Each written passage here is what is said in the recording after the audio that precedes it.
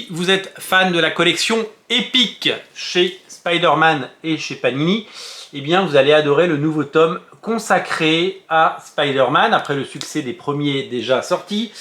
C'est un nouvel opus qui s'appelle Les Fantômes du passé et qui nous propose des épisodes de 1984 à 1986. C'est numéroté volume 15.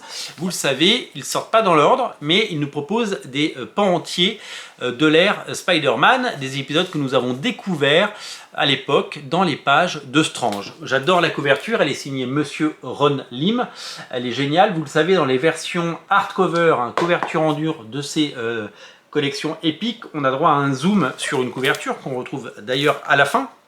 Cette couverture, puisque elle est là, la voici, la voilà, et on retrouve d'autres couvertures iconiques de Spider-Man qu'on connaît et qu'on adore. Certaines ont fait l'objet de couvertures de Strange ou alors ont été copiées, vous savez, par les artistes maison. Et donc on y découvre évidemment les auteurs de l'époque.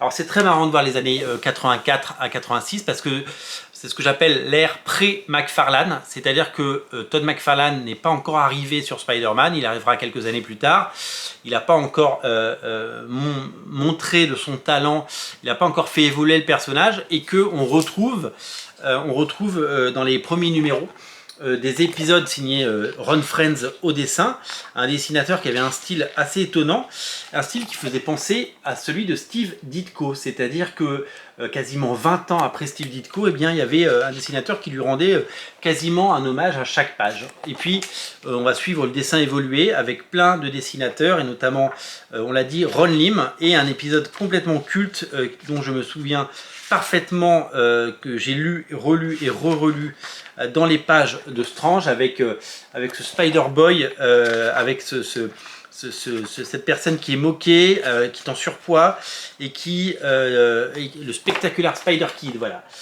qui a ses bras énormes façon sorte de mélange de Spider-Man et de Dr Octopus, sorte de supérieur Spider-Man avant l'heure si vous voulez.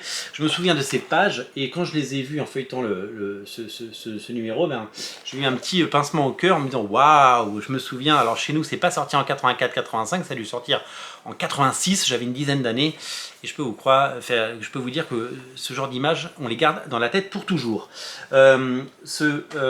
Numéro 15, donc ce nouveau Spider-Man épique, reprend les épisodes 252 à 272 de Amazing Spider-Man ainsi que des annuals et des épisodes de Web of Spider-Man numéro 1 à 6 avec des couvertures magnifiques. Alors des épisodes déjà récemment sortis en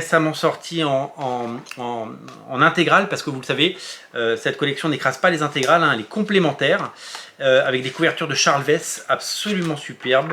Si j'arrive à en trouver une là, je vous la montre. Voilà, c'est la plus iconique de toutes, la couverture de Charles Vess, magnifique, en 1985 ou 86. C'était tout simplement historique. Voilà, ce magnifique tome est à découvrir avec les autres. Moi j'aime beaucoup la collection épique, je la préfère même aux intégrales.